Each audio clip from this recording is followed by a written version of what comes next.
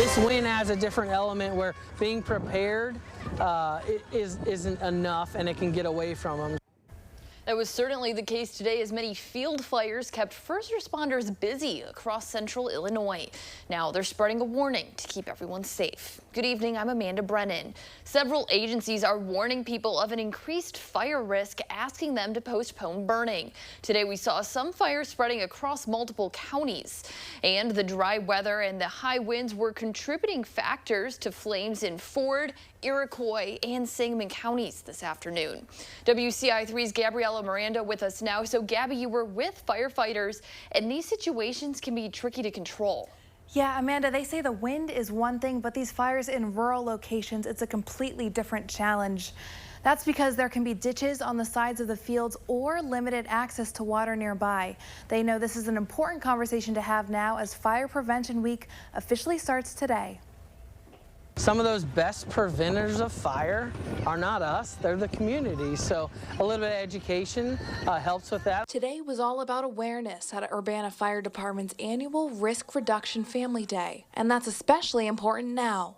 Whenever there's dry conditions and high winds, the fire hazard increases. We've seen a lot of field work being done around us, and those dry conditions just help fuel that fire. And it's not just harvesting. Something as small as a cigarette could cause flames to erupt too. In Milford, that's what the Stockland Fire Protection District's chief believes happened on Sunday afternoon. Other first responders were busy too, also putting out fires in Gibson City and Clifton. The wind can take fire and push it wherever pretty quick. So the dry conditions are hard to deal with, and we just have to be more conscious of how we interact with the environment during these warm, dry times. He says a normal house fire triples in size every minute. With conditions like these, that all changes when out in a dry field. When we change flow paths, give it as much oxygen as we can, and when the fuel's there, i.e. the vegetation, right, the dry corn stalks or whatever that might be, the unlimited fuel, more oxygen via the wind,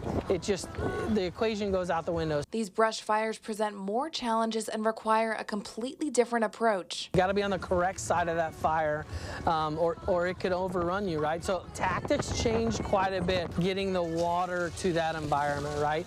And so what makes that even more difficult sometimes is if it's in the middle of a field or those roadside ditches, to get those hoses and that water to that area, that complicates the matter even more. He hopes events like this would encourage people to reach out when they need help. When we come on an emergency, it's usually someone's worst day. For us, it's something we do regularly, but we want to make sure that we have a good relationship and they're comfortable letting us know what the emergency is. Urbana fire officials say early intervention is key to putting out fires quickly and safely, whether that be in a home, a field, or anywhere else. They encourage people to dial 911 as soon as they even think a fire could be starting. Back to you. All right, Gabby, thank you so much. So let's get into some of